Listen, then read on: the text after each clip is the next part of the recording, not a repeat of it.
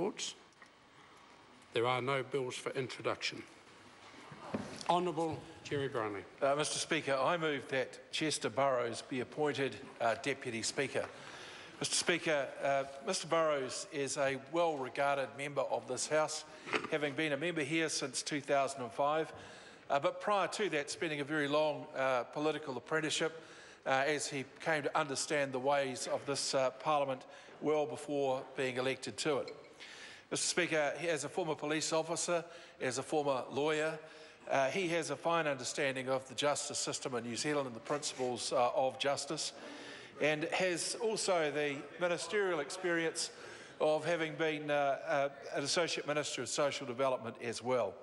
I think, sir, his strong associations across the House and recognition as the affable gentleman that he is will afford him considerable scope for his administration of the House in your stead. And, sir, I'm sure that his general appreciation of parliamentary matters will ensure that he does fill the role of Assistant Speaker according to the wishes of this wider Parliament. The question is the motion be agreed to. Chris Hipkins. Thank you, Mr Speaker. And on behalf of the opposition, can I endorse the resolution and congratulate Chester Burrows on his elevation to the role of Deputy Speaker.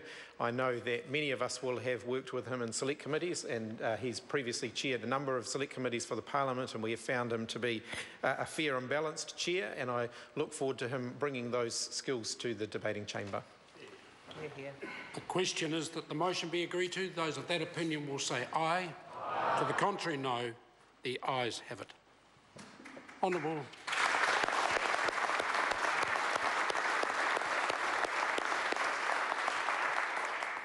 Honourable Jerry Brownlee. Mr Speaker, I move that Lindsay Tish be appointed Assistant Speaker. Mr Speaker, Mr Tish has been a member of this House since 1999. He has very considerable political experience that goes well beyond the years he spent in this House. And, sir, he has also been part of the speaking team here since 2008.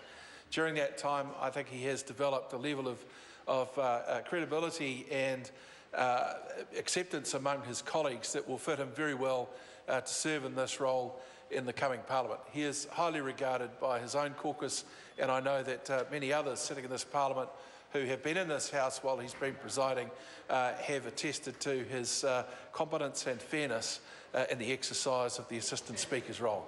Mr Speaker. The question is that the motion be agreed to. Chris Hipkins. Thank you, Mr Speaker, and can I also endorse this resolution and congratulate Lindsay Tish on his re-election as the Assistant Speaker. And I would also like to note that following the departure of H.V. Ross Robertson, he is now the longest-serving presiding officer of the House in the current Parliament, and of course it holds the record as being the only presiding officer to withdraw and apologise during the last term of Parliament, and we welcome his re-election.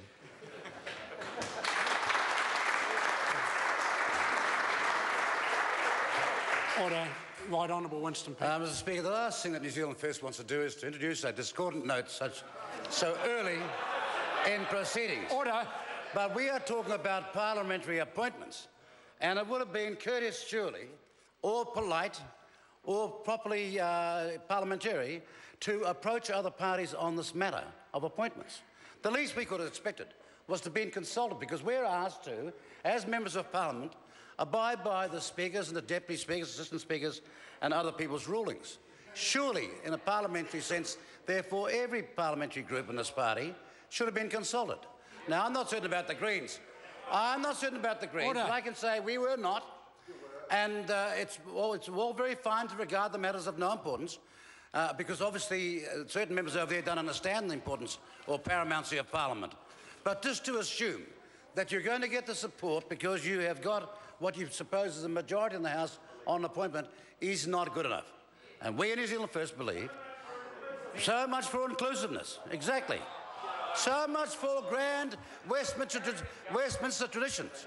And you could even go on further and say bespeaks an awful arrogance. Now, I don't want to go that far, surely. But let's please, in the future, have the decency to consult all of Parliament if you want every member of Parliament and every political party to abide by rulings coming from these officers in the Parliament. Order. Order. I'll allow the Honourable Jerry Brownlee to Well, Mr. respond. Speaker, I realise that the procedure here is not for there to be a debate on these matters, but I think it does a huge disservice to the balance of the Parliament if there is not some response to the rather ridiculous comments that have just been offered to this House by Mr. Peters. For a start, sir, for the last 6 years, every effort has been made to make the Business Committee of this Parliament far more relevant than it's been in any Parliament prior to that. Second, sir, this morning the Business Committee convened for a second time this week simply to accommodate New Zealand First's organisational dysfunction, and was then told that they still had not managed to make up their minds. If anyone is to talk in this House about disrespect for this Parliament, it would be every parliamentarian other than someone who sits in New Zealand First.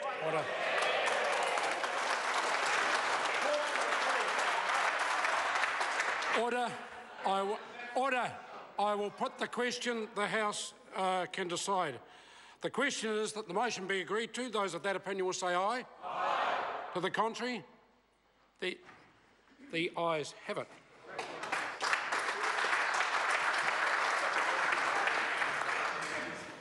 Honourable Jerry Brownlee. Well, Mr. Speaker, as I move this next motion, I hope the recent, this discordant moment is not some sort of a portent of what's about to happen. So, sir, I move that the Honourable Trevor Mallard be appointed Assistant Speaker. Mr. Speaker, I did not think that I would ever be in this House making a motion like this. And if it weren't for the fact that I've been reminded by the honourable gentleman over there that this is a parliamentary occasion, I may well have quipped that should he be successful, the Honourable Trevor Mallard may be the first Speaker in the chair to remove himself from the House. But appreciating the comments Mr. Peters has made to the House, I simply will say that I've worked with Mr. Mallard in the Business Committee and in his role as Shadow Leader over a number of years, and I know that he is at heart a true parliamentarian.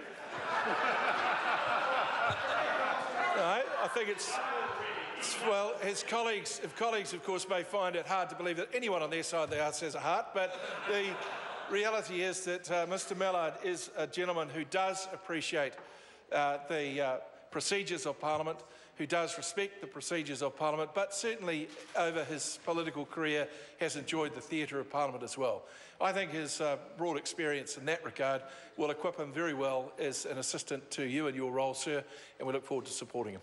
The question is the motion be agreed to.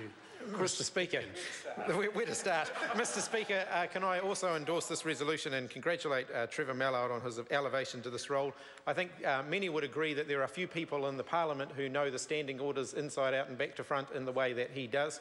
As the Minister, Jerry Brownlee, has just acknowledged, he has played a very constructive role in the proceedings of the Business Committee over the last couple of terms of Parliament, and we are confident that he will be a good, fair and impartial referee of the House's proceedings. Thank you, Mr. Speaker. While we have no particular objection to the nomination that's been made, and we look forward to the joy of watching this Trevor Mallard as Assistant Speaker. It will be an interesting Parliament with him in that role. I would note, Mr. Speaker, for the House and for the public, that no women have been nominated for any of these positions. This is yet again, under this government, no women have been nominated for the positions of Speaker, Deputy or Assistant Speakers. And at a time when the New Zealand population is increasingly supporting and promoting women into positions of authority, where yesterday this Parliament saw the opening, the commission of Parliament by 3 women Supreme Court justices. We now have a situation in this Parliament where the Parliament itself is behind the country in making sure women are in positions of authority in our own chamber. I think that is a disappointment. I think that is a disappointment for all of us who have not made sure that more women are not being promoted into positions of authority in this House so that we too represent the population of this country who are increasing women's representation in positions of authority. It is worth noting, Mr. Speaker, and I hope it will improve in the future. Thank you. Order. I will put the question. The question is that the motion be agreed to. Those of that opinion will say aye. Aye. To the contrary, no. The ayes have it. Honourable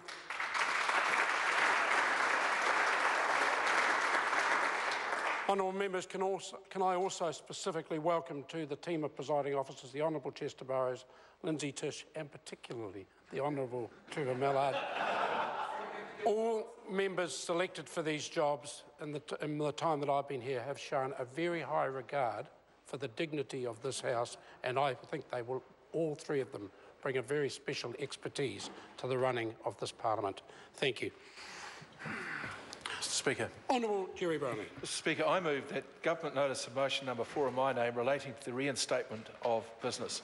Mr Speaker, as Parliament's transition, in theory, all the legislation before a Parliament ceases to exist. The government gets to choose when it is re-elected or elected, which should carry over. In this instance, sir, we wish to reinstate all of the business that is on the order paper. I would note, sir, that there is one bill under the members' orders of the day in the name of a member who is no longer present. That bill is also being reinstated, but I wish to simply report to the House that in your role as Speaker, you will determine how that bill is to be allocated or which member it's to be allocated to, as you are faced with a circumstance that has not been faced by any Speaker before. I'm sure you'll work that through in a very fair manner. The question is that the motion be agreed to. The question is that the motion be agreed to. Those of that opinion will say aye. To the contrary, no. The ayes have it. Mr Speaker. Honourable Jerry Brownlee. Mr Speaker, I move that the Abortion Supervisory Committee, the Reserve Bank of New Zealand, Air New Zealand Limited, Mighty River Power, Genesis Energy and Meridian Energy be public organisations for the purposes of standing orders.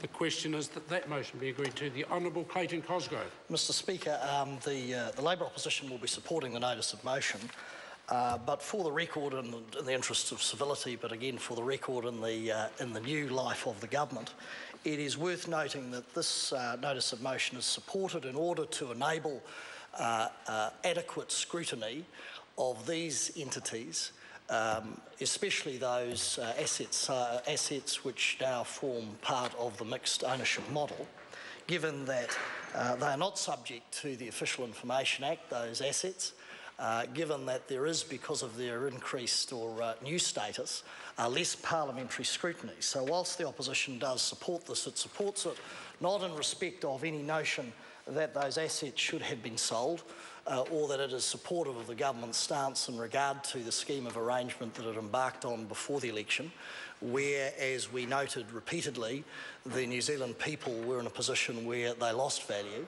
where the $7 to $8 billion that was trumpeted as to be a government achievement fell well short to in the order of $4.8 million. So whilst we welcome this motion, we welcome it for the reasons I'm sure the Leader of the House would agree with me, that there should be, even though these assets fall outside collective community ownership, at least half of them, that there should be adequate scrutiny on behalf of the taxpayers by members of this House and members of this opposition. And I give notice to the government that we will be embarking on strenuous and detailed scrutiny, especially as the government continues to use those proceeds in rather dubious ways that fell outside the future investment model. So I finally note, sir, in supporting this, that the government has said in its previous parliament that it would not be selling any other assets, but sadly we note now some notion of selling billions of dollars of state houses. Order. The question is the motion be agreed to. Those of that opinion will say aye. To the contrary, no. The ayes have it. Honourable members, the House is suspended until 2 p.m. today for the address and reply.